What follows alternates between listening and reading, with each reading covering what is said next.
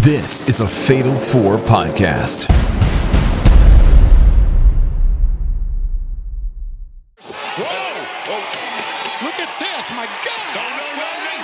Half cage hook, Styles, Clash, didn't get all of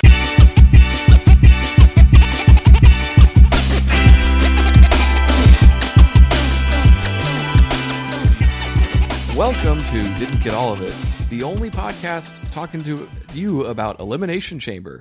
Did you guys know this show happened over the weekend? We're going to talk about it. Also, we're talking about Raw, the show that happened after, and this Rey Fenix fellow is a free agent. We're going to talk about that. There's so much stuff on this show we're talking about. And did you know that AEW has a pay-per-view this weekend? And you could probably buy it on Amazon Prime. We'll talk about all this stuff tonight on the podcast. But joining me first is Pro Wrestling Noah. It feels like so much has happened since Elimination Chamber. It feels so long ago, but still like just everything about what's happening right now is all surrounding that. It's very good. It's a very good time to be a fan of professional wrestling. It's crazy that nobody else has talked about this until now. We're the first to do it. Yeah. Also here, both of you guys not here last week. Cody. Yeah, I'm here. I was not here last week. I did consider skipping this week too, but I decided instead I think I'm just going to pull a Travis Scott and just kind of hang around in the back and not do anything. Yeah, light up that sage. And then like at the very end of the show, I'm just going to punch Paul square in the head. What the fuck? Well, before we get into the show, wanted to shout out all of the new subscribers on our Patreon. Thanks for joining and supporting the pod. Getting all those ad-free episodes at the Patreon. Love that. Bonus shows coming. Also, shout out to everyone listening to the other shows on the Fatal 4 Podcast Network. Now that's what I call Cinema dropped a 2-hour podcast talking about the Oscars. Imagine doing a 2-hour podcast. That's crazy. Who could talk that long about anything? Hopefully not us tonight. We're gonna. And yeah. Noah also keeping the Squared Circle Strafe alive with the video game podcast. Great show, as usual. Yeah, thank you. Yeah, it's a lot of Tony Hawk talk lately. Very excited about that Tony Hawk Pro Tony Skater. Hawk Tua. That's right. We're going to be on your podcast next week, aren't we? I think so, yeah. Well, also, hang on. There was also something that came up on the last episode of the podcast. I want to get y'all's take on this. So Jeff Jarrett is an advisor at the newly revived Acclaim publisher, and in the little description he gave, he mentioned how the wrestler Suicide was originally a video game character that became a actual professional wrestler. Mm-hmm. And I read that and went, "What does that mean?" And then some helpful people in our Discord, which you can have access to if you subscribe to our Patreon, showed me what that meant. That it's like Suicide was a character in one of the TNA games, and then they introduced a wrestler on the show who was that character. Mm-hmm. And apparently they got like marketing awards for that. Like people were very impressed with how they did that. I don't remember that. I don't remember them getting any awards. Apparently, do you know who Suicide successful. Was? No. Would you like to? Yes. He's everybody's favorite EVP, Christopher Daniels. What? For shoot? Mm-hmm. There were several Suicides, though. There were several, but Christopher Daniels was the first. Damn. Did he do the best moonsault ever as Suicide? No. You picked a good time to start watching wrestling. TNA was genuinely one of the worst products of all time. It's crazy that anything good came out of it. Well, I don't know. I started watching wrestling again in 2020, so I don't know if it was the best time to start watching wrestling again. Thankfully, no one roped you into hosting a podcast until last year. Yeah, that's right. Yeah. Yeah, TNA was not good. Don't be nostalgic for it. It's bad. I don't know. When that guy ran on top of the cage and in that X Factor match or whatever, that clip I see on Twitter Skipper at least walking once the a cage month. was cool as shit. It's pretty cool. That happened in the second year of the company. Maybe third. Back when they had the Fox box. Because they treated it like a sport. It had timers and everything. Anyway, we're not talking about TNA, thank God. We will talk about some people who were there. And no, we're not talking about NXT this week, but there were some TNA people there too. Should we get into this Elimination Chamber? Let's get in there. Well, for those of you who don't know, Elimination Chamber, it did happen over the weekend. And some things happened. Normally we don't come back full force talking about pay-per-views, but this seemed like a pretty eventful one worth covering. First being the Ladies Elimination Chamber match, kicked off with Jade Cargill returning and beating the shit out of Naomi and removing her from the match, which made it infinitely better, if you ask me. Hot way to start the show. Excellent. Good acting all around by all the ladies in the pods. Especially Bianca. Bianca was great. Alexa was great. Like, she was nuts in there. It was really good. Now, did anyone else think that we were going to get a replacement? Yes. For Naomi? a I was second, thinking, I thought they yeah. were going to drop like Becky Lynch in there. But they didn't. They just kept going. And it was good. We liked this match, right? I loved it. This was fantastic. I don't know if I liked it as much as last year's women match, but I feel like the Elimination Chamber is kind of the women's show. Like, year after year, they steal the show. And this was no exception. This was very, very good. Yeah, I thought Roxanne did a great job. The whip, Bianca's hair whip, that the whole crowd could hear. Poor Liv. You could tell she wanted to let go of that cage so bad, but she couldn't. And she was working this match. Like, Liv had so many standout moments during this match. I think she's making a play for best of the year, because even last year, like, she got pretty decent. She was never good. Like, well, I wouldn't say she wasn't good. She was never like great or like blow you out of the water. Like, holy shit, did you see Liv Morgan? But lately, I feel that's changed. She's working her ass off in the ring. I hope she doesn't work it too hard. But yeah, I think Liv's great. She's on my short list for best of the year, and it's only 2 months. Paul, what did you think of Alexa during this match? It's fine. It's fine. Just fine. I mean, I think she's great. I think she's pretty good for someone who's been out for 2 years. I assume she's been training, but like, the spooky stuff doesn't do it for me. Sister Abigail. It's never going to do it for me. But, you know, I'd rather she be there than not. And at the very least, she's not dressing like an infant at a playground anymore. She's more in her angsty teen phase. But they've also been doing like the Wyatt graphics around her, so I do wonder like where the fuck those people are and how quickly they get involved. They haven't come back on SmackDown, have they? No. They've never appeared on SmackDown. Yeah, where the hell are they? I don't know.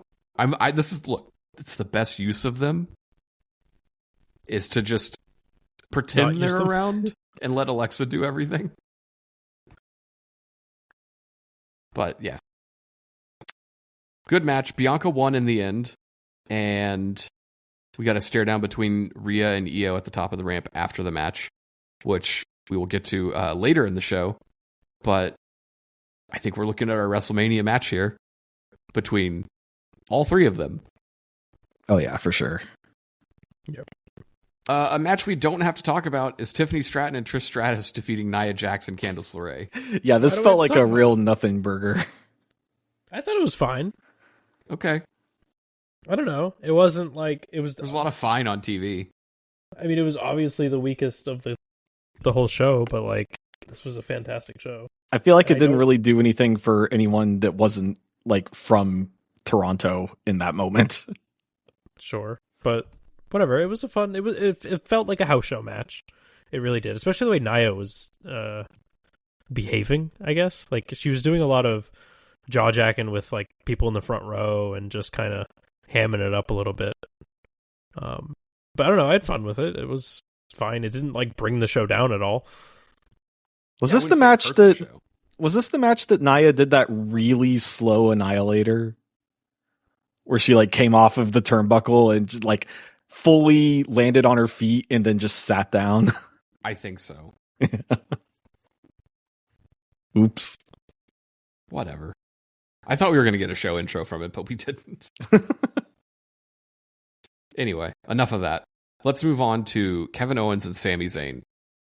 The unsanctioned match featuring numerous WWE referees to make sure it maintained sanctioned. I thought whoever like the first ref was being in just like all black was kind of silly. I didn't mind that in the sense that, like, okay, WWE's lore-wise is not sanctioning this match, so let's have a ref out there, but he's not wearing his ref clothes because he's not representing us. He's just here to make the count.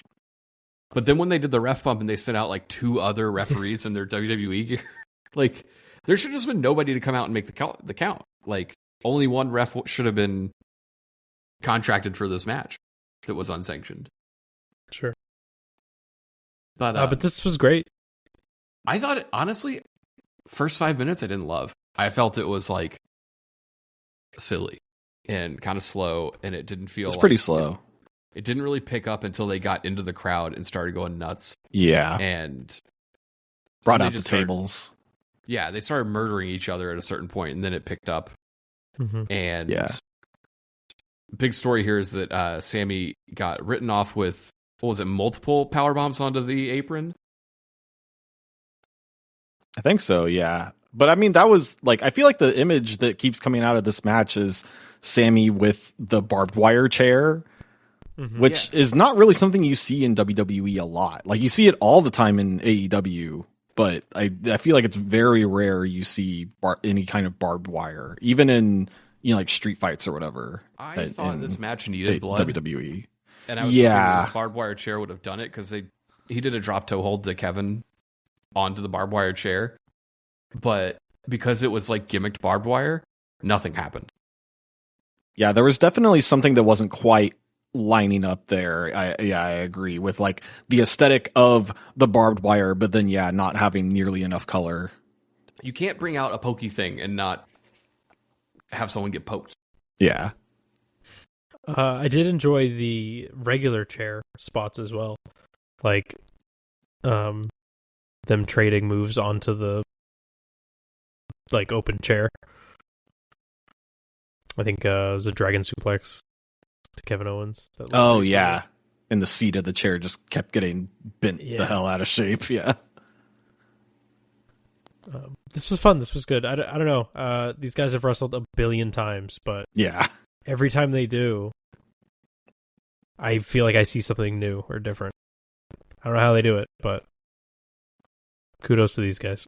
Well, if they'd like to wrestle again, I hope they get to.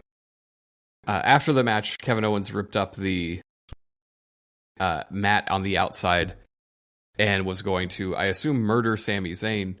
But because the match was over, this is now a sanctioned WWE event, so they sent out as much security as possible to stop him. And then Randy Orton came out, making his big return, and beat up Kevin Owens and was going to give him a punt. The only thing that I think would have made this hilarious is because Orton was getting his time in on the stage, was that as security was, distracted by Orton coming to the ring, Kevin just beats up Sammy and does the move. But that's not how wrestling works. So Orton tried to punt him, but security stopped him, and then Kevin Owens got away. And commentary was making a big deal about the punt. They're like, he hasn't done this in forever. Yeah, he hasn't, because he hasn't been around in forever, but he also hasn't done it in a while. I mean, this is your Mania match. I assume we're still getting Sammy and Cross. Because, like, what else? What? They've been building up to it, Cody. Watch the product. I don't think so. I think we're getting Sami Zayn, Seth Rollins. Seth Rollins is facing CM Punk and Roman Reigns. Yeah. I don't know. That's what I thought. And then, well, we'll talk about it when we get to Raw later. But with them doing that match next week, I feel like maybe they don't need to. I don't know. I've been seeing a lot of Karrion Kross glazing on socials lately.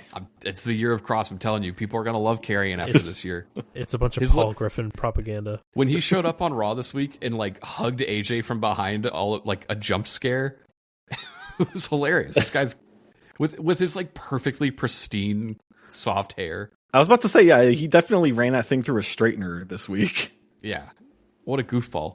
He's gonna be great. Him and Sammy, they're gonna feud and then maybe team. We'll see. That'll be weird. Anyway, the men's chamber match.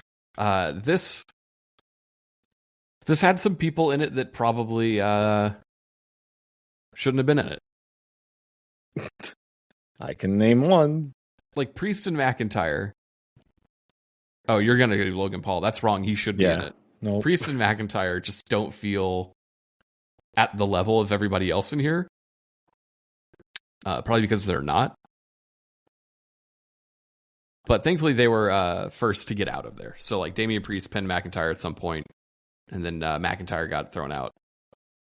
And this was I really liked this. I liked how Damian Priest got a real quick flash pin on McIntyre before Punk even entered the match. I thought that was really smart booking to. Oh, I didn't even realize that. To just keep them separate. That way you don't have to. Because if Punk and McIntyre are in the ring together, they're gonna go after each other, and then you're gonna have to like spend a lot of energy on that story, and we don't need to. We're done with that story. So I thought it was really smart to have McIntyre get thrown out before Punk even came in. Yeah, I think that makes sense now that you mention it. And it also just continues the narrative of like everyone is screwing over Drew, and he feels like he's like being singled out. I assume Priest and McIntyre is the Mania match. Yeah. And this is a perfectly good way to set it up. Combined with the Rumble elimination. Right. Also, it makes sense because last year Priest cashed in on him, so that's a cool little full circle thing. Rest of this match really picked up. I think I assumed Cena was winning from the beginning, but there was numerous moments in this match where it could have gone like to anybody. Thankfully, it didn't. But yeah, I was still, as I was watching this, I was really thinking that CM Punk was winning, and I thought Logan Paul was going to eliminate Cena, and there were several moments where it felt like that was going to happen. I think here's me putting over Logan Paul some more. I think the perk of him being in a match like this and the Rumble is that people hate him so much, but they also recognize his star power so much that it's very possible he could win, even though it makes no fucking sense. I don't know. Yeah, the crowd really hated him here because he brought out the American flag for his entrance. Got to give him credit though. That was a smart play. Great time to do it too. Is something going on between America and Canada?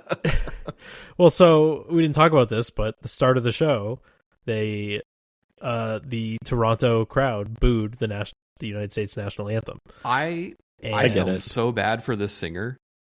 Because I was watching it and it sure felt like she thought she was being booed, and I'm thrilled that they let her sing the Canadian anthem as well. Because she got a huge pop.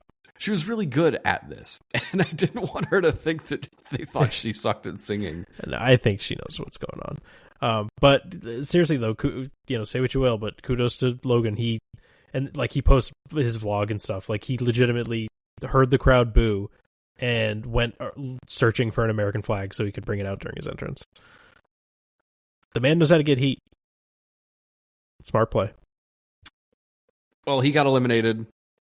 Punk eliminated him, right? Just to he did. Get him out. Yep. Yes, get his revenge for the Rumble. Then it was down to Rollins, Punk, and Cena. And I don't remember how Rollins got eliminated, but he did end up costing CM Punk the match as Punk and Cena were going back and forth. Punk was like crawling to get himself back up, and Rollins stomped him outside of, or like between the ring and the outside. And then Cena locked Punk in the STF, and Punk didn't tap. He just gave up. I keep seeing this clip on social media, and I also keep it's something I keep thinking about is Cena and like putting him in the STF and yelling, "I'm sorry," and then Rollins on the outside, like looking through the cage, yelling, "Die! It is such a great moment. This was great. Everything, when it came down to just these three guys, the whole rest of the match was so good, and I loved seeing Cena and Punk's interactions. They did a cinema. Yes, they did a whole moment where they're like, "I missed you," and kind of hugged it out, and then immediately started throwing fists, and it was great. And their entire sequence was flawless. Like, they never missed a step, and those two are destined to do this forever together. I think we absolutely need a match between these two over the summer. And that's happening. Yeah. But forever? No, just this year. Well, yes. I mean, Cena's retiring this year, so maybe. But they could do it forever. I don't know. This is a hot take. I think CM Punk versus John Cena is the greatest rivalry in the history of pro wrestling. I feel like that's not a crazy take. Do they do what, Paul? Do they do that match at Money in the Bank this year? Oh, that would be so good. Yes, they should. I feel like everyone's predicting that happens at SummerSlam, though, right? Yeah, but Money in the Bank has all that history. Let's not leave predicting things up to random wrestling fans on the internet. They don't know anything. That's why people listen to us, the experts. So after the match, the moment everybody bought the pay-per-view for, and by bought, I mean kept their subscription to Peacock. Wait, something happened after the match? I turned it off because Punk lost. Yeah. What's wild about this whole segment is how much attention it got beyond wrestling, which is kind of wild to me. But after the match, Cody Rhodes comes out. Him and Cena do a little stare down, and then out comes The Rock with Travis Scott. The Rock debuting his latest theme of the week, mixing in Travis Scott's music. Yeah, I was going to say Fiend. And it's still... Travis Scott being in the ring during the segment is still really fucking weird. So weird. It makes no sense. We never got any justification for it. He was just there, and he hung out, and he got involved. But even on Raw the next night, they didn't talk about his involvement at all. Imagine watching this 20 years later on Peacock, Disney, Max Plus, or whatever, and seeing this and going, why the hell is Travis Scott there? What was he doing there? First of all, 20 years from now, no one's going to know who Travis Scott is. I see, but no, you say that, and it's does anyone look back and watch Stone Cold Steve Austin winning his first WWE championship and be like, what the heck is Mike Tyson doing there? Maybe. No. It makes sense. It's a huge moment, and Travis Scott's a huge celebrity, and whatever, he was there. I don't have a problem with this. A lot of people were so upset. I don't have a problem with it. I just thought I'm not it was upset. weird that he hung out. Yeah, it's just weird. Just chilling. So anyway, we get The Rock confronting Cody and demanding him make a decision, which led us to this. I gave my soul to this ring and these people a long time ago.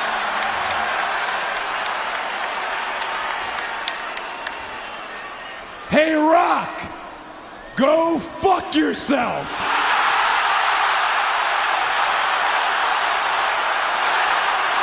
What? Oh my God, John, what the hell are you doing? The final boss, John! What the hell? Always has a plan! Hard to tell by the audio because they didn't... There's a thing that WWE is doing lately, and they've been doing it for a while, is to let the commentators sit out while big moments happen for some reason. And I received a text from someone who used to host a podcast saying, they did a bad job here. They should have treated this like a bigger deal. And rewatching it, I do think it would have helped with some, more shock from the commentary team. But yeah, for those who don't know, John Cena turned heel, kicked Cody Rhodes in the wiener, and then proceeded to beat him up. Genuinely one of the most shocking moments in WWE history. And I'm not talking this podcast last week. No, I'm not talking about Cena's heel turn. I'm talking about Cody Rhodes with the F-bomb. Yeah, that rocked. That was the fuck word. I was not expecting that. I expect that from AEW because they've done that a bunch. Yeah. But for a WWE thing, Unbelievable. It's very clear that Vince does not work here anymore because none of this would have ever been greenlit. Like, when he was around, they wouldn't say hospital. They wouldn't say die. They didn't say war. Hospital. He always steered away from that stuff, and they definitely would not say bullshit or fuck on TV. Granted, this was a premium live event, and I think one of the big things is the powers that be recognize that, sure, lots of kids watch this product, but do you know what kids love? Saying fuck. Yeah. Saying Kids the swear. love cussing. Yeah. And they posted it on social media uncensored too. Like they They posted fully it committed to immediately. this. Yeah. The Cena heel turn was, you could kind of see it coming. Because like, why else would this segment close out the show and not, the chamber itself? If you listen to the dirt sheets that charge you $5 a month, this was actually set to go in the middle of the show. No, it wasn't. Because how would you have pulled this off? It certainly never was going to happen in the middle of the show. That would have been a mistake.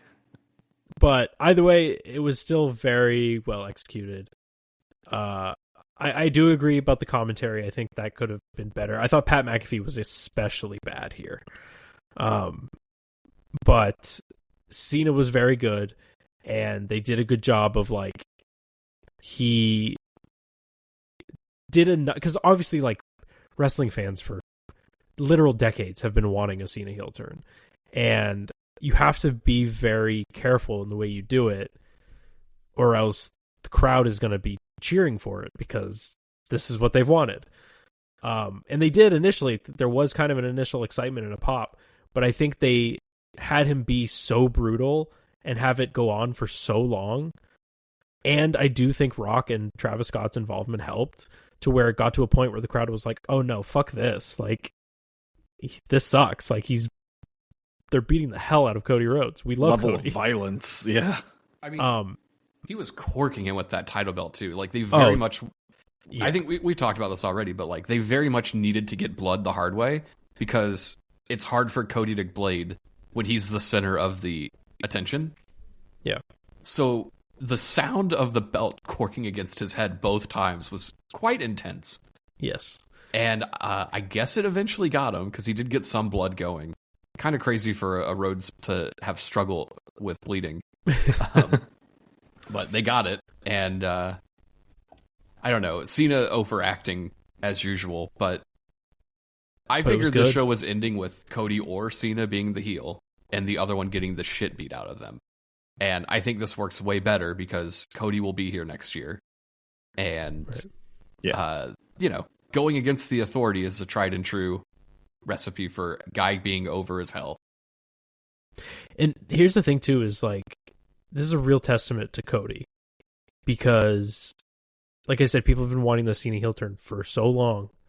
I don't know if there's ever been another guy that this would have worked so well against.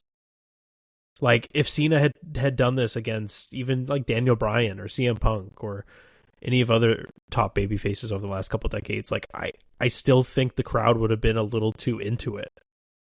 But Cody Rhodes is just so over. I hope they play along because I'm afraid that Cena's going to be cool. And I don't know, they booed him pretty hard on Monday. He better not be fucking cool. Up. Like, he should still be... Honestly, he should be exactly the same. And just insist, like, I didn't do anything wrong. Like, I've always been a corporate stooge. He sold his soul a long time ago. His soul belonged to making the business better than he found it. And this is no different. Him main eventing WrestleMania is big business. I don't think... He should just... I don't know. His whole act should be, I did nothing wrong. He should still come out. He should still do the never give up thing with the towel. He should still run to the ring. I don't want to see him going out there doing like ECW entrance and wearing a fucking suit. Actually, I kind of do want to see him wear a suit. What about his bad man music? I've seen people.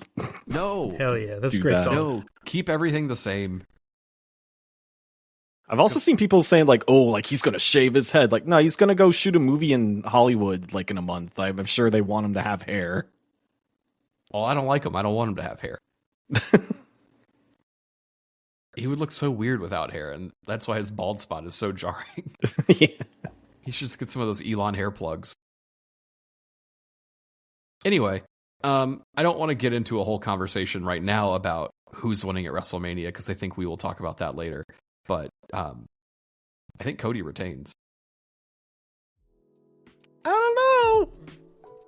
I don't know about that. I don't think he does.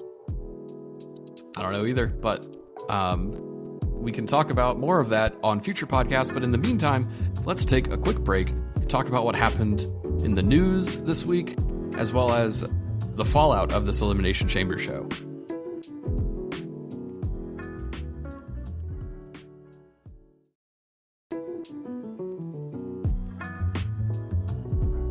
Welcome back to Didn't Get All of It. I hope you enjoyed those fine advertisements, but we're back and we're going to keep things rolling. We just talked about Elimination Chamber before the break, and just a few nights after the Elimination Chamber, we had Monday Night Raw on Netflix, and boy did it start hot and heavy with CM Punk pulling up to the arena, storming out to the ring, jumping on top of the announce table, and laying a pipe bomb. Listen up, Dwayne, you bald fraud. Jeez. You think because you're on the board of directors you're immune from criticism? Well, you don't know who you're dealing with. You are dealing with the best in the world.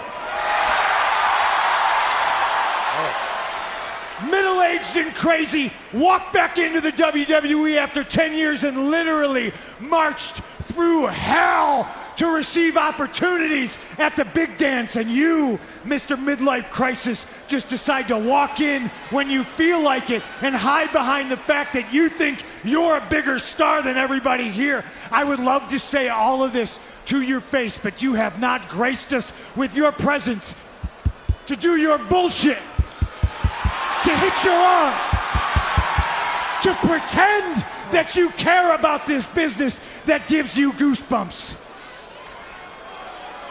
I have never been so delusional. I have never been so desperate to wear a fake title.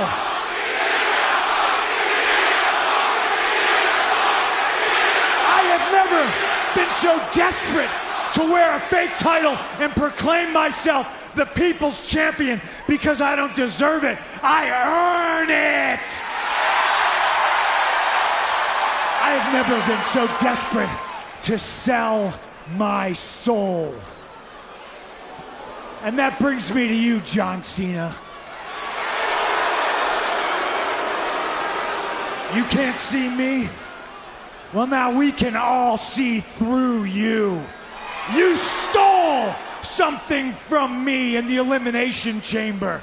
A match that after 20 years of hustle, loyalty, and respect, I gave you the benefit of the doubt when you didn't qualify. I thought what you did in the past secured your future. You're not gonna fool me twice. Hustle, loyalty, and respect for 20 plus years, and now everybody sees what I've known all along, that you've been selling all these people and all these kids bullshit.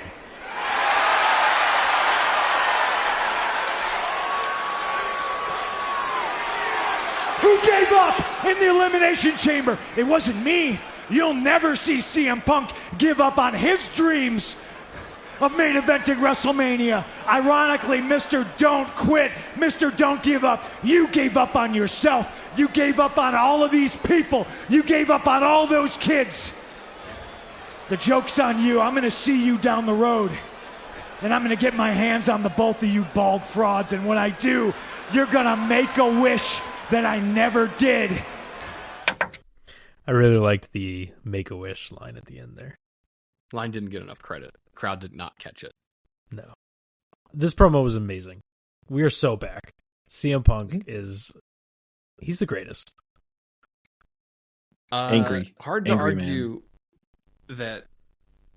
It's hard to argue that because they said turn it on. It's WrestleMania season, and he came out blazing. Like, I was not going to play all 3 minutes of that, but as it was playing, I'm like, where do I cut this? And I'm like, oh, I can't. There's nowhere to cut. And after that, though, Seth Rollins came out and they brawled a bunch. Great pull-apart brawl. They brawled so much. I would argue one of the best pull-apart brawls of all time. Like, this was so good. It just kept going and going. Like, you could feel the just visceral hate that these two have for each other. And the crowd was into it, too. Like, the crowd was also losing their minds the entire time. Chanting, "This is awesome" for a segment. For a pull-apart brawl. So damn crazy. Also, I do want to address, because I saw some people with the horrible take of criticizing Punk's line about not needing a fake championship and being like, what about the AEW Real World title? That was the real title. That was the real title. He never lost that. He never lost his world title. So him having that belt was justified, and is not the same as Dwayne coming out with this fake-ass replica arbitrary title that he made himself. Also, Big worth difference. noting, the AEW Real title at least was a title. They don't even have a title now. It's just a briefcase and a clipboard. You just carry around briefcases. So you should be glad that there was 2 AEW titles at one time. You can only be so lucky now. But yeah, not the same comparison. No. But yeah, Rollins and Punk kept brawling. They even brawled after the break, and was one more time too during the show? Were there 3 separate times? I think there can't were remember, 3 but separate times that they ran into each other backstage. Yeah, it was on site with these two. Yeah. And it ultimately concluded with Adam Pearce making, quite frankly, a surprising announcement that next week in Madison Square Garden, CM Punk versus Seth Rollins in a steel cage. On Raw. Not even on a On pay-per-view. Raw, yeah. On TV. Well, on streaming. I feel like they never do cage matches on pay-per-view. That's always like a TV thing. It's kind of true, huh? I mean, in general, it feels like it's always a TV thing. Yeah. I assume that this is not a blow-off. It feels like it, but it's not. Like, the story from the Rumble is still there. Right. We like, still what's don't know Roman what the doing? favor is. I don't know. Roman returning at Madison Square Garden makes sense. True. Yeah, I could see that happening. The triple threat is very likely. I could see it happening. But I don't know. I could see, especially the fact that like Punk went out there and just ran down Rock and Cena like that.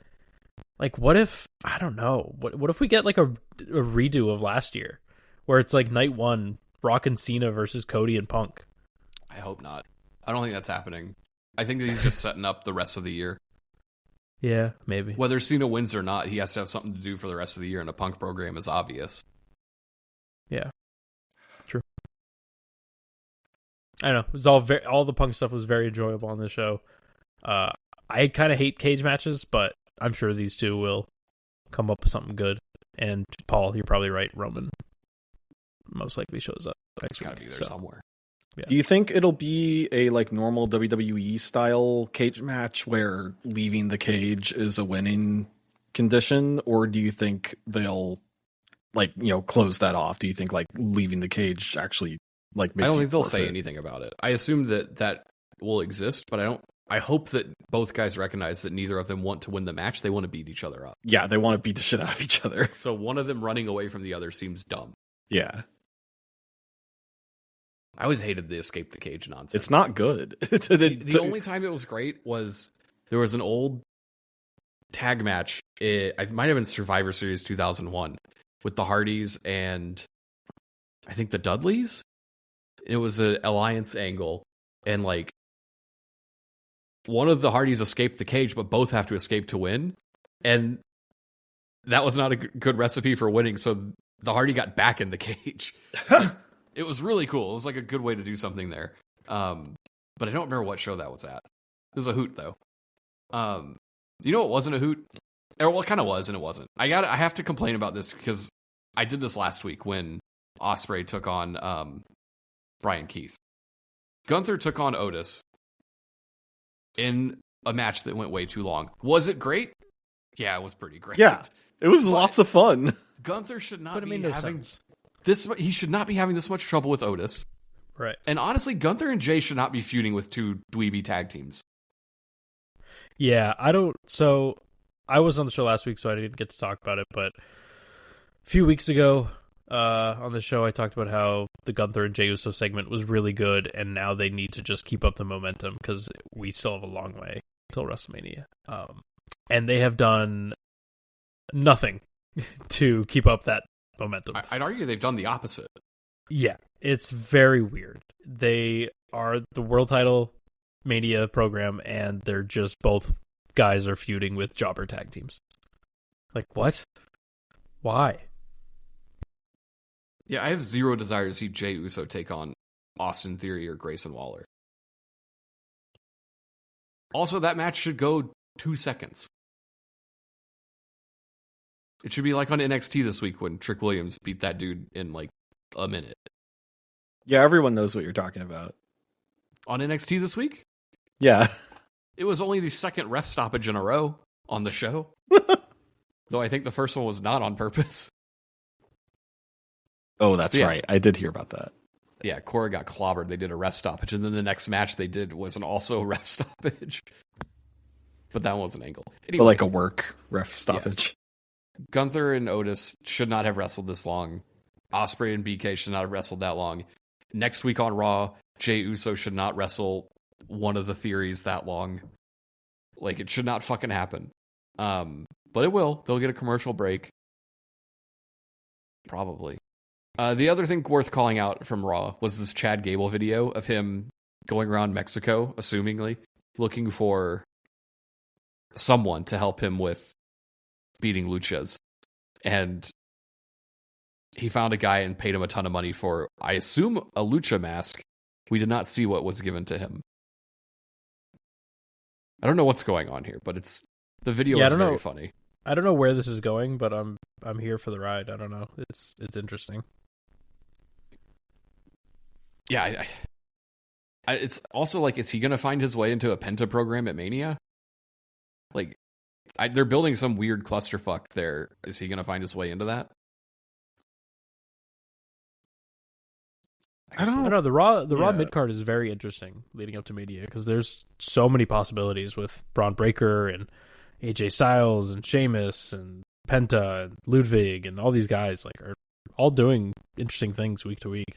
Yeah, and Shinsuke Nakamura. Well, he's on SmackDown, but he's got a belt. He's got a mid card belt. Does he still? I'm pretty sure he's still the U.S. champion. Isn't LA Knight facing him for that? Yeah, because they did some weird shenanigans on SmackDown where LA Knight stole a win in that match to get at Shinsuke. I feel like LA Knight should win that back and then wrestle like anybody else at WrestleMania. Shinsuke ain't it. But imagine Shinsuke's new spooky entrance at WrestleMania. It'd be so cool. Be cool. No thanks. Didn't we get Shinsuke and LA Knight at last year's Mania? No, LA Knight wrestled Orton and... Or no, Logan Paul? No, hold on. AJ Styles. AJ Styles. He wrestled AJ Styles. It was actually my favorite match of WrestleMania last year. That's right. Anyway, another big thing they did on Raw, which I guess was a little surprising, was Io and Rhea had a main event for the title. Bianca was at ringside watching, and Rhea was mad that I guess Bianca was not she wasn't assuming she'd face Rhea. And Rhea's like, don't overlook me. She was very distracted by Bianca at ringside. And this led to Io picking up a kind of a flash win over Rhea. There was a brief segment in the match where they got into a shoving fight outside between Bianca and Rhea. And the ref did not call for a DQ. Which is probably the argument of how they get to the triple threat at Mania. I didn't even think about that. That's a good point. Yeah. I don't know the justification to it, but like, I've seen some people being like, oh, I guess Rhea's not in the title picture at Mania. She's not going to miss the fucking show, guys. Yeah. She's their biggest star. She's, the most over woman on the roster, arguably. Yeah. They're just finding a way to work Io into this match as well. I that's the thing is, like, now it feels like, oh, they've got to work Rhea back into it. Whereas before, I totally thought Rhea was going to win this match, but have it be amidst controversy or something. Like, I thought Io was going to get screwed. And then, Adam Pearce makes it up to her by adding her to the Mania match. But Io just continues to have Rhea's number. I don't think Rhea's ever beaten Io Sky one-on-one. I think that was the story, is that she's beaten her in a tag match or something, but never one-on-one. And I think they should keep it that way. But it's interesting. So I've done this discussion before. Somebody should always have someone's number, and there should just be no way around it. So what's going to happen at Mania? Because you can't have Bianca lose at Mania. You can't. So you can't. No, she's got to be undefeated. Like, she needs to be the new Undertaker. So I think Bianca is just going to pin Io, and then I think you save the Rhea and Bianca one-on-one for SummerSlam, maybe, because that's a big match too. I'm fine with that. I'm fine with them bouncing the title around, keeping it interesting. But these three work very well together, or at least, the combinations of these two in one-on-one scenarios, or these three in one-on-one scenarios. So I'm very excited to see what they do at Mania. I'm also okay with them, like, adding a person to this match, because Bianca didn't win the Rumble, so it doesn't matter if somebody gets thrown into her match. Yeah. Like, it's just, she won the Chamber, but there's no, like, who gives a fuck about the Chamber? It's just a way to get a title shot. So I think it makes sense. And I want to see that triple threat. I'm glad that Io got a spot on the card. I don't know where Dakota's going to land on the card. My hunch is backstage. No. She might accompany Io to the ring. All right. That's about it. That counts for something. I thought they were doing a triple threat there too, but Ivy Nile just lost to Lyra on Raw this week, so that was just the end of that. Anyway. I don't think Dakota Kai is going to make it on the WrestleMania card because we've got to save room for WWE's newest superstar, Travis Scott. Mm-hmm. I assume he's wrestling at Mania because there are reports that came out.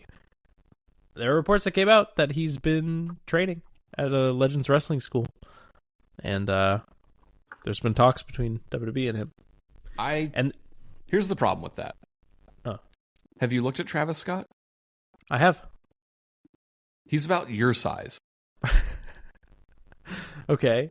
Bad Bunny wasn't like super jacked or anything either. I was about to say, just have him fight Bad Bunny. Jacked. Celebrity have him fight. Bad Yeah. Like Bad Bunny wants to get back in there. He said as Go out much. there and do destroyers to each other and call it a day. Yeah. No, Travis Scott, he can train to wrestle all he wants, but he should also train at the gym. Maybe get on some fucking juice. Oh, he knows about the juice. Maybe not the juice you're talking about. Mm-mm. Yeah, I think this is dumb, but whatever. I do appreciate celebrities doing this because they want to. Doesn't hurt anybody. Well, it could, if they're not good at wrestling.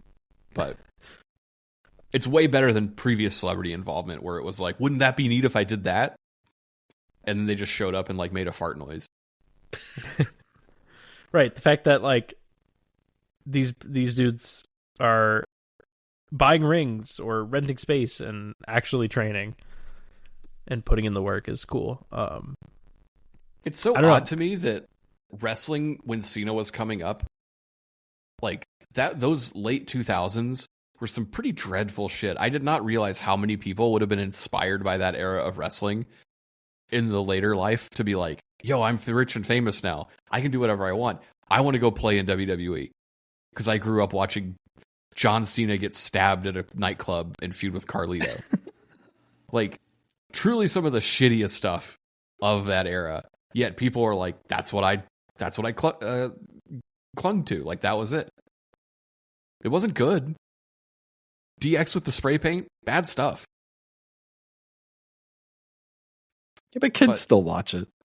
Yeah, you like stuff that you watch when you're a kid. That's the thing, is like, ratings were terrible at that time too. I don't know if they're any better today because of how like the TV world is now.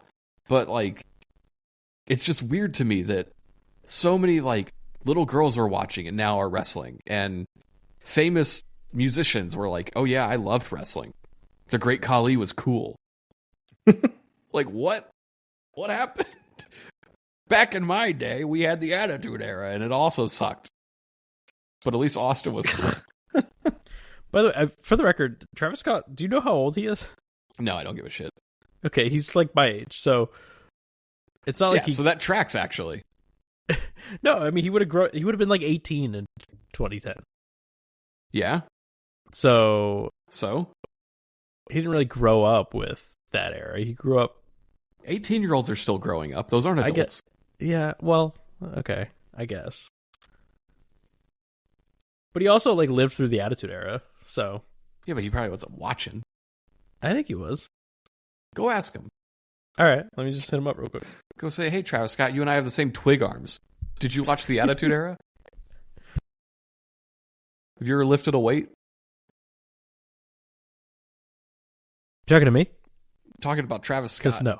Oh, okay. Travis Scott makes Adam Cole look jacked.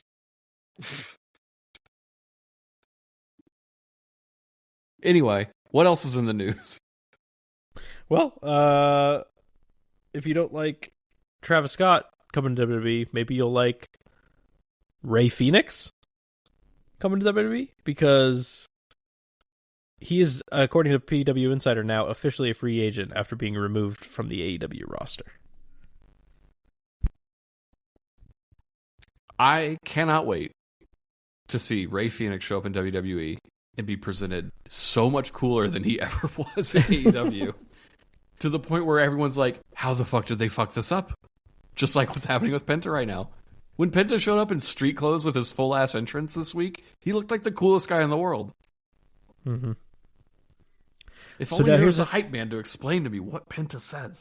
Here's the thing. He's a free agent. I assume there's no non-compete clause or anything like that. So he could theoretically show up on Raw on Monday. Good.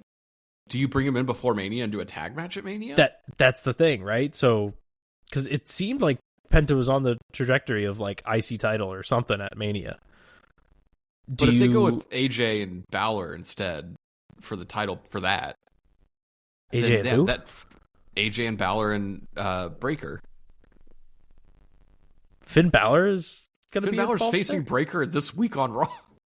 Yeah, but I think that's just like a. I don't think that's a Mania program. I don't know. I guess there's a lot of possibilities.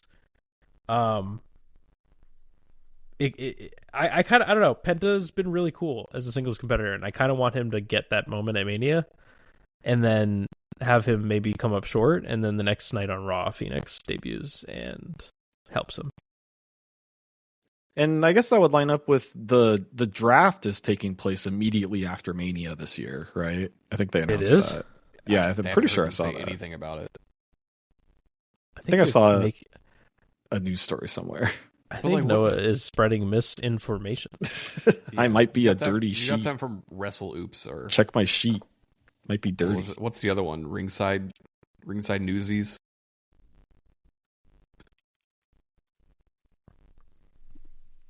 I hear him doing research right now. Yeah, I don't know. Like, I obviously want them as a team, but I also don't want them to stop this awesome singles thing. Right. Yeah, that's how I feel. And then also, like, Aleister Black is coming back. Probably as soon as that. I would assume he's night after Mania. At this point, yeah, probably. Just because, I don't know, there's so much stuff going on in WWE right now. I don't know where he fits. What we're trying to say is WrestleMania should be 3 nights. Yeah, it should be a week-long event. If Royal Rumble and SummerSlam are going to be 2 nights, then WrestleMania has to be 3 nights. WrestleMania, yeah, I'm actually on the side of Cody now. It should be every night for 3 hours every night. We should have one WrestleMania. Oh my god. Yeah, that would be too much. They do legitimately have enough people that they could do if they really wanted to. It's just a matter of filling up those buildings. Right. Yeah. So with, like, you know, the possibility of the Lucha Bros reuniting on Raw, I guess, like, who would be interesting to see them fight? Because, like, I don't know, on Raw you have Ludwig and Pete Dunne. That's it. That's the have program.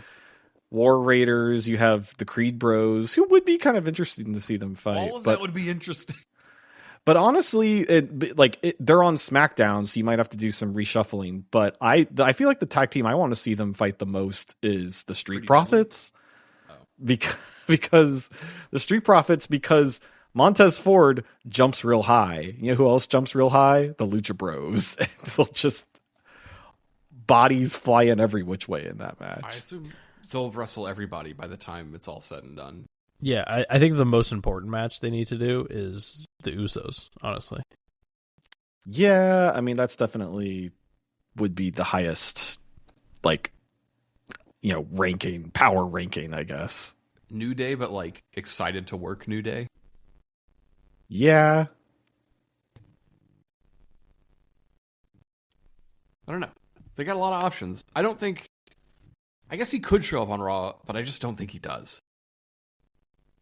A lot of this stuff feels like let's just do what we're doing, and everybody who shows up after can come in after Mania. Like, I don't think Becky Lynch is going to be on Mania. You think she comes in after? I guess. Like, where does she go? When the draft where happens? Would you put her? Allegedly. Lyra, maybe? That's something we didn't talk about with the Punk promo earlier. Because he also, of course, went after Rollins and said that the man needs to come get her man. Which led to Becky Lynch tweeting and then deleting. Yeah, immediately deleting. Yeah. Problematic. Anyway, so what else happened this week? Oh, so Carmella and Sonya Deville were recently let go from WWE and took to podcasts to talk about it. They had very differing stories about what happened. Yeah. It's a real shame with Carmella because I think she's one of the most underrated workers they've had in the last 15 years. Genuinely. She was so good. And they just never really used her to her potential. I guess the difference here is that they both, if you read their statements or listen to their whatever they said, it sounds like Carmella thinks she was let go. Like she's mad that she was let go because she thought that, I don't know, maybe she was, it's hard to figure it out, but it's like she thought she had more, what's the word I'm looking for? Like she thought there was like more of a loyalty there between the two parties versus Sonya, who's straight up said like, I know where my position on the card is. Like, I'm just trying to get on the show and do cool stuff and get paid. Like, I know what everybody... Sonya's like, I know what everybody makes. We all talk about it. I'm not trying to get Becky Lynch money because I know where I am. So they both had very, like, different feelings after leaving. I don't think either of them are done, even with this company.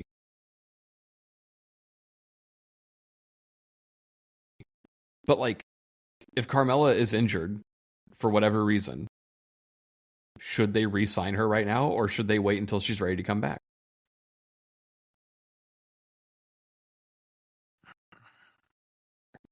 I guess I'm the only one who has thoughts on this. I don't know. It's hard to say just because she's had, like, other health complications, right? Oh, that's why I said injured. Yeah. But yeah, like, if she's not capable of coming back anytime soon, what benefit is it for WWE to just keep paying her to sit at home?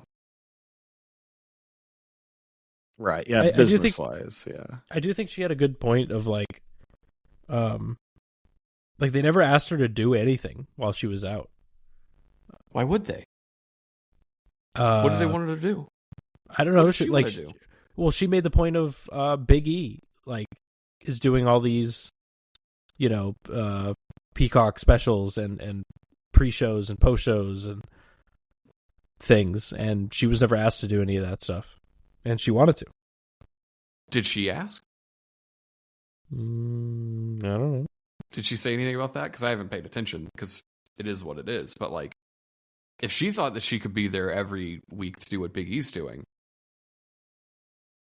I don't know. Sometimes you got to make noise at your company. And if you want to do something, tell them. But I don't know. I don't know the situation. I think she does come back. I think Sonya eventually comes back somehow. But, you know, it is what it is. Well, I hope they come back in time for what might be WWE Evolution 2. There's been some reports this week that WWE is considering having another Evolution premium live event in July of this year. This according to bodyslam.net.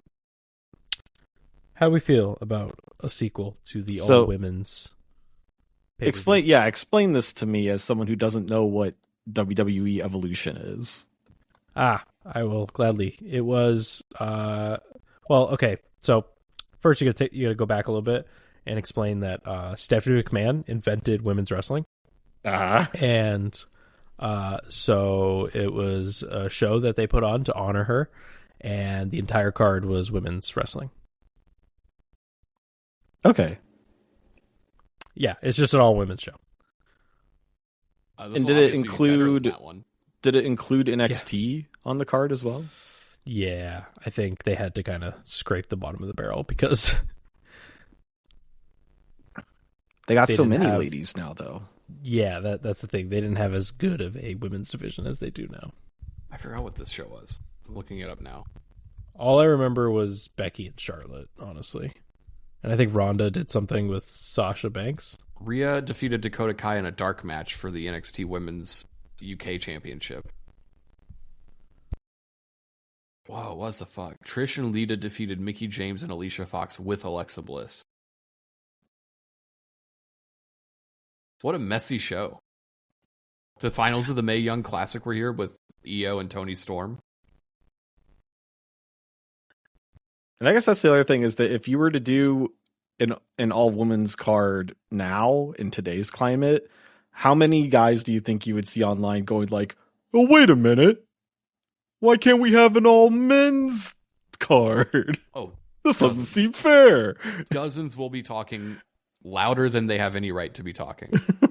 Actually, you know what? Now that I think about it, these reports, they do say that they're bringing back Evolution, but none of the reports say that it's going to be an all-women's event. What if, because, right, like, the first Evolution was kind of done in the face of a lot of criticism towards the company for not showcasing their women enough, and this was their response. There's been a lot of criticism lately of the WWE for not showcasing black talent. What if 2025 Evolution is an all-black show? With Donald Trump as president? I don't think so.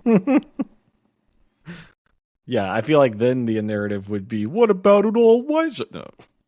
I mean, they have those a lot. They have those a lot. That's actually been a complaint that people have levied towards them recently. No way. With the way this, I would be shocked if they did an all-women's show, just with the way like this whole company is close with the current administration, who is doing wildly popular things with society. I can't imagine. I'm a little surprised they would do an all-women's show, honestly. I mean, their women's division is on fire now. I get it, but I like, remember how they had that banger tag match as the main event of Raw last week? Should or shouldn't. I'm saying that it would surprise me if they did, considering the climate right now. Yeah. Well, what would you guys book as the main event of Black Evolution?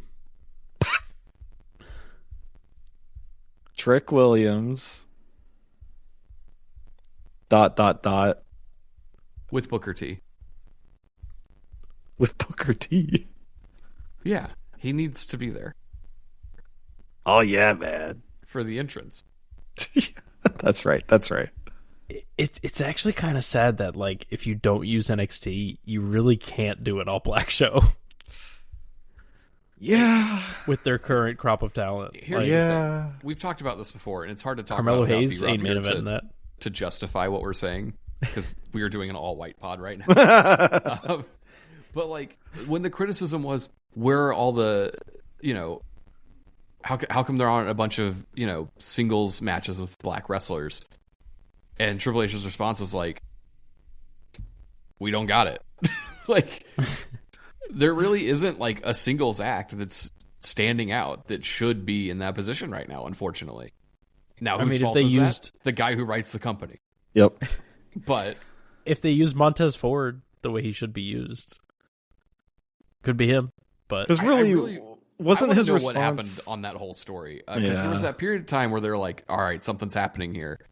And then they pulled the plug on it. Then they paired him with Bobby Lashley and B-Fab. And then just B-Fab. And now they're just on their own, back to where they were. I want to know what went on there. Like, what did they see in Montez and said, not yet? He was so good in the chamber, though. What was that, 2 years ago? Yeah. Just have him do that. But normal. He's so good. I don't understand. I don't either. But they're doing cool shit now, so at least they revived their tag team in a way that is good. Is that all the news? Well, I think it is. And speaking of good, we're going to take a good old commercial break, the last one of this show, because when we come back, we are going to transition to All Elite Wrestling, because they've got a pay-per-view coming up this weekend called Revolution. If you thought our energy was high before the break, just wait.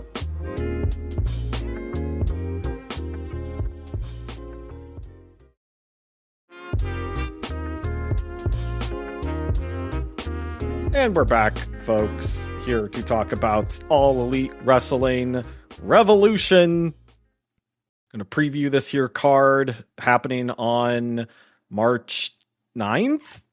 Question mark? Sunday. I know it's on a Sunday. We all love a Sunday pay-per-view with no holiday right after, don't we? This is on a Sunday? It's on a fucking Sunday. Yo, okay, I'm going to say it. Fuck Tony Khan. Are you kidding me? It is unfortunate. It's on a Sunday and they're making us pay $50.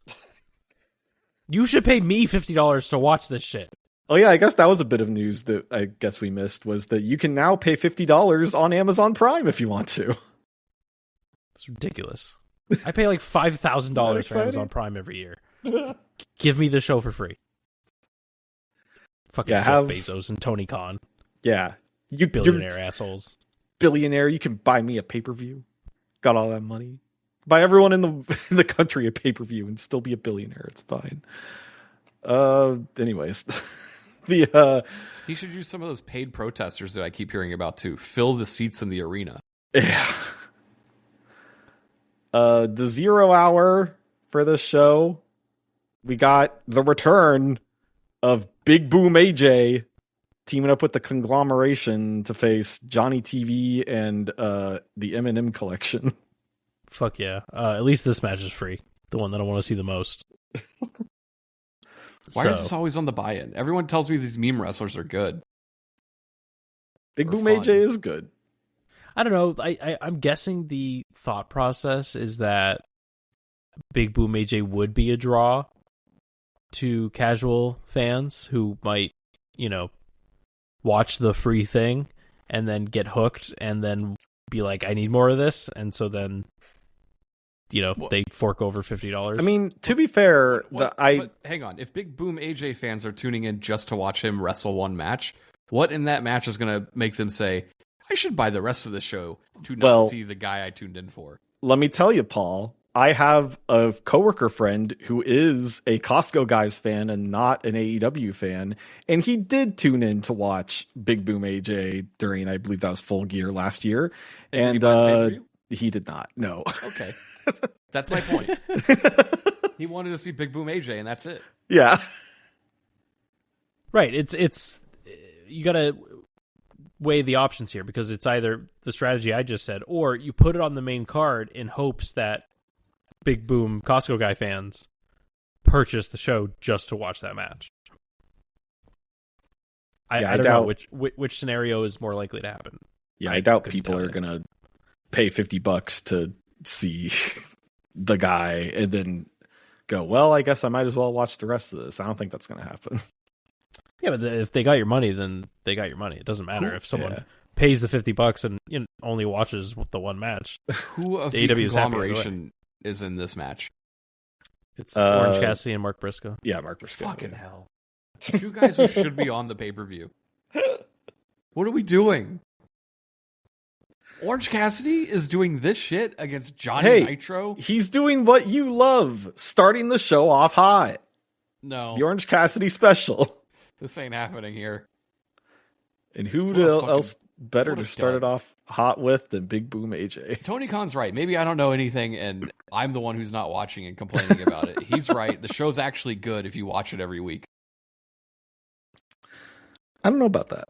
That's all I hear is people who watch AEW every week saying how great it is and how much I'm missing out on it. I watch AEW every week, and you don't hear me saying that on this show.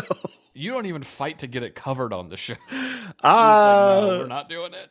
It depends if something happened, and not a lot happens from a week to week basis lately. But I will say, like, one of the things that has had regular updates story wise kind of is we got Will Ospreay versus Kyle Fletcher in a steel cage match, which I'm sure will be excellent because every time they have these guys wrestle, it's excellent. 2 steel cage matches next week. Oh, that's right. Counter programming. Less than 24 hours apart from each other, I guess. Which one will be better? We have to compare them. Huh. Yeah, we do. It has to be done. I'm sure this one will be good. Yeah, there's no doubt. I assume Ospreay wins, but I don't know. I don't know about that. Is Don Callis going to be there? That's important. He is definitely going to be there. There's no question. We all love that. We all love Don Callis. Speaking of things we love, MJF and Adam Page. Yeah.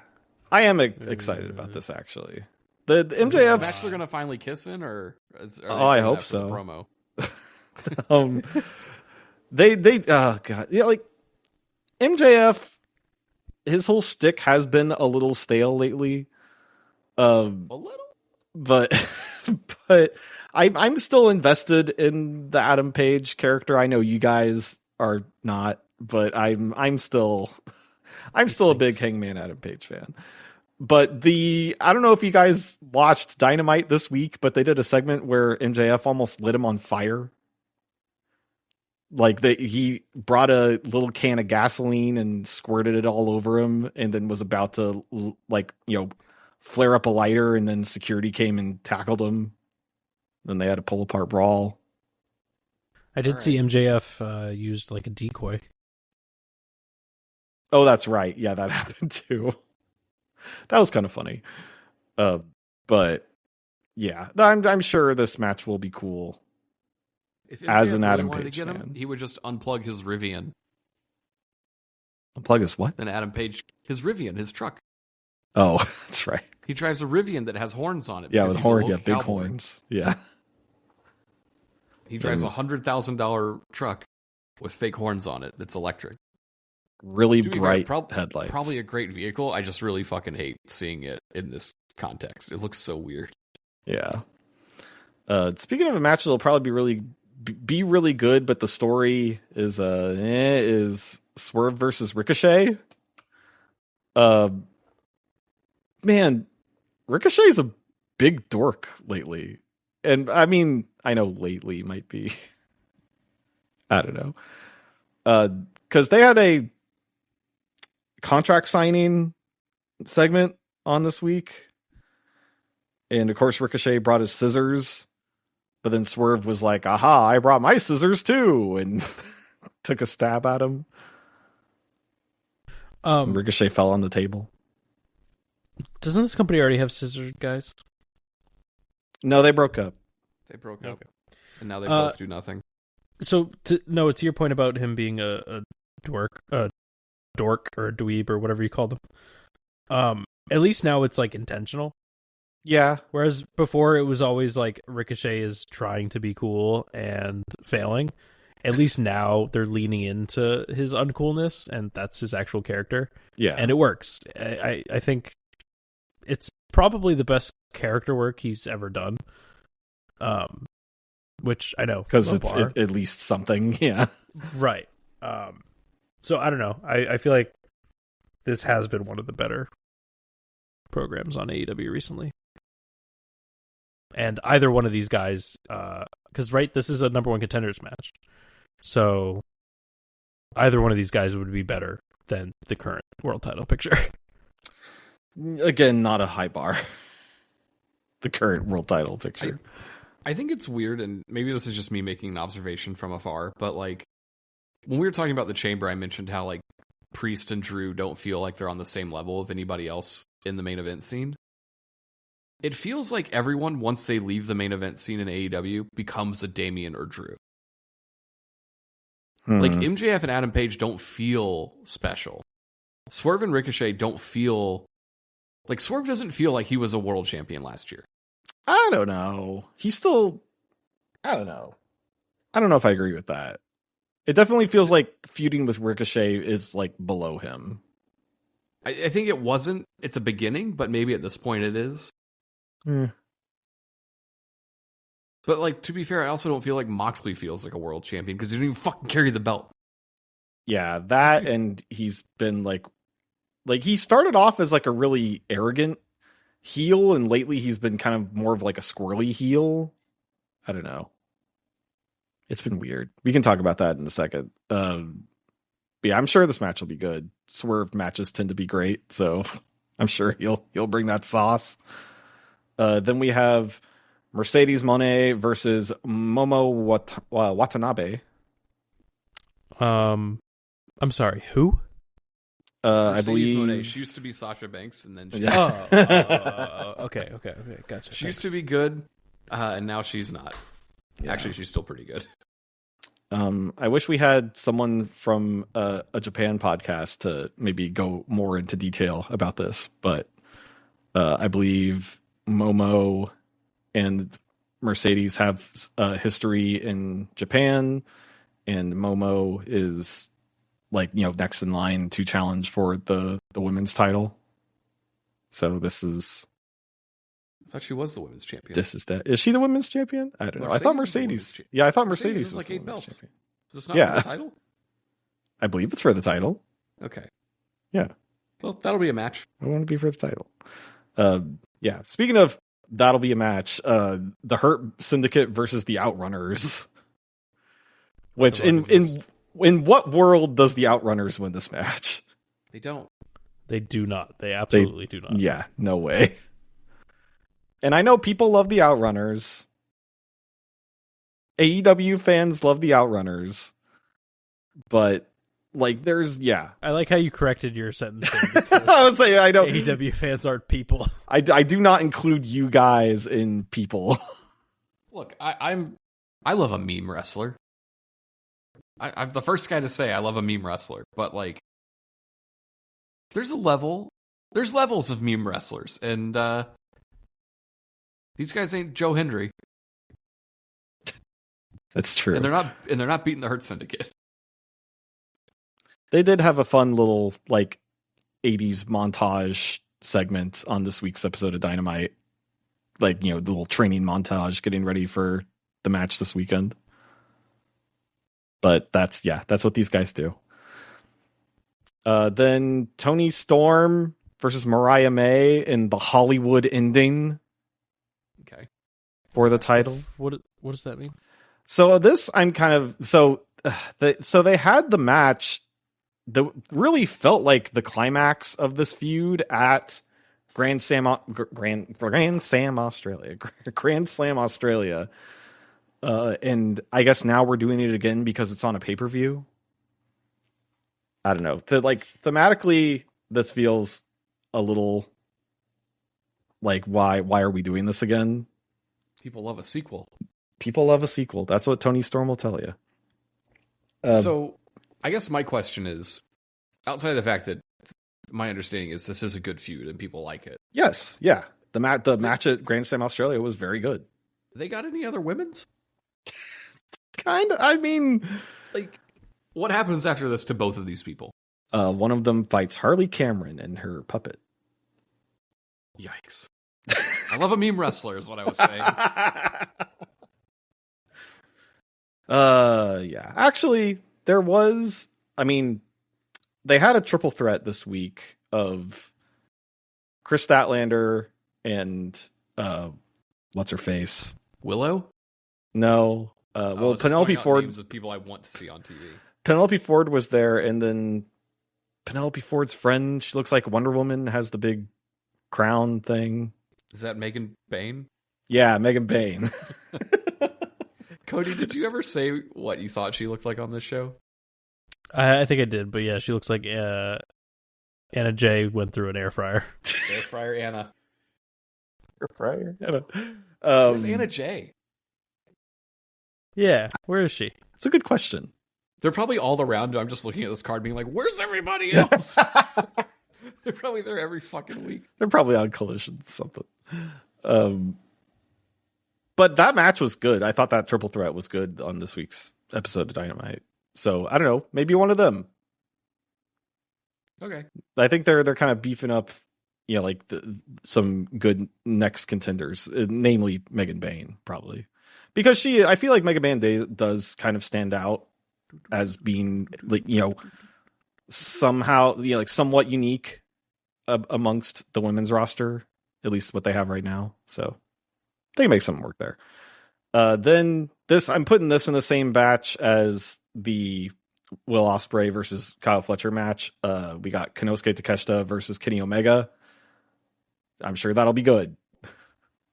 I do appreciate that there are several matches on this show that people will say, you should probably go out of your way to see that. Yeah. And it'll probably be true. Yeah. I think Omega and Takeshita is the match that I would most like to see on this card. I think Ospreay and Fletcher's probably going to crush it. Swerve and Ricochet is probably going to go out of your way to see, and this match as well. Yeah.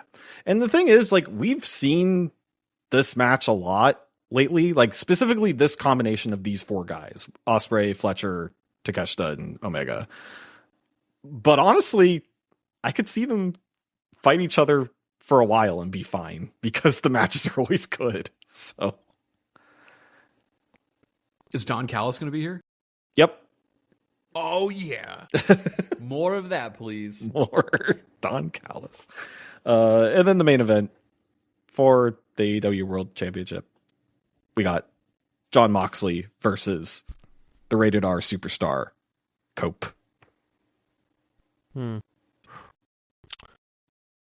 Please put an end to this. Please.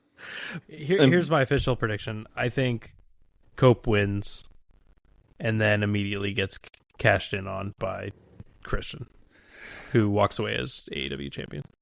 I really hope that so. sucks, right? Yes. Why? Are you happy when you say those words? Happy only because it gets the title off of Jon Moxley. And also, I mean, thematically, I guess that would make sense because the story they were telling on Dynamite this week was that Cope has done a good job of kind of whittling down the forces of the Death Riders, and Moxley like did a whole promo like, okay, you did it. I'm all alone now. And I'm like at the end of my rope. So that means I'm going to be desperate when I'm fighting you at Revolution. What if they bring in a new member? Like who? Sonya Deville. What the fuck? I don't know. I'm trying to think of someone who was released recently. I don't know about that. That just seems like the idea of Edge winning and then immediately losing to Christian is silly. It could be, what I could find interesting is that Edge helps Christian win the title off Moxley. I could see that happening too. I think no matter what, Christian's walking away with the title. Yeah, I would prefer him cash in that contract sooner than later. I cannot stress how shitty of a main event scene this is. We're talking about Christian winning the world title. And look, Christian is very good. We know He's this. great. I love Edge. He's like my favorite wrestler. These guys should not be main eventing for the world title in a company this stacked with talent. Specifically, the 4 guys we were talking about that are also on this card. Right. And here's the thing. I want Edge to be the world champion wherever he's at. But even I'm looking at this being like, this ain't it. Swerve should still be the champion as far as I'm concerned. Like, that would be way cooler. But not the case. Yeah. We're talking about how can Christian and his weird family of people cash in his clipboard and win the briefcase. With help from Cope. It's still so weird that his name is Cope now. It bums me out because, like, anyone who's listened to me talk about wrestling for the last 20 years knows that, like, AEW has not been my favorite thing since they started. But, like, I know that there's times where it's far and away blown the competition out of the water. Yes. It's been the best thing ever. And people were excited to talk about it almost to a nauseating extent. That was when CM Punk was there. Yeah. And there were other times, yeah. Well before that, too. And I don't feel that anymore from other people. To the point, look, our resident AEW Mark in the Discord changed his mind on CM Punk this week, and that should tell you something. Anyway, yeah. I hope everyone has fun. Oh, yeah. I'm sure everyone will have fun. I'd be that guy with the sign. I hope everyone has a good time. Yeah, I'm sure there will, without a doubt, be matches that will end up on a list of, match of the year somewhere on this card. It will happen. No doubt in my mind. So, tune in again Sunday night. I'm sorry. Fuck that. Yeah, Sunday is supposed to be fun day, not... How many matches is this? 3, 10 if you count the pre-show. 9 to 10 matches? Yep. On a Sunday? And probably starting at 7. Also, hey, by the way, you got to change your clocks this Sunday. You're losing an hour of sleep. Fuck, really? Damn it. Son of a bitch. Enjoy your Monday after watching this pay-per-view. And this starts at like 8 o'clock for you guys, huh? No. It doesn't start at 8 my time. Does it not? Oh my God. It doesn't start it over here at all for me. I forgot Paul moved to the East Coast. When you said you guys, I was like, what are you talking about? Yeah. It's just me. That's why when I said what time we were going to start recording the podcast today, I corrected myself with the CST because that went for both of you. Because now I'm the odd man out. I assume you always mean CST. I mean, I do. It's the heart of America time. Yeah, we shouldn't call it Central Standard Time anymore. We should call it American Standard Time.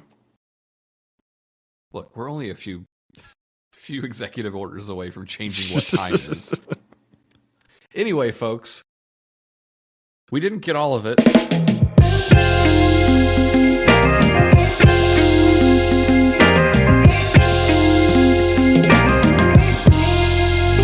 But we'll try again next week. Thank you for listening, and thank you for signing up for the Patreon. Love your support. Love that people joined this week and are now part of the Discord and hanging out with us, getting all the bonus content and all the ad-free stuff. Head over to fatal4pod.com, get all that info, or just wait for me to stop talking and someone else will tell you all about it. For Cody, Noah, and myself, we'll see you next week. You've been listening to a Fatal 4 podcast. Subscribe today wherever you get your podcasts and visit fatal4pod.com for more episodes, merchandise, and info on the Patreon.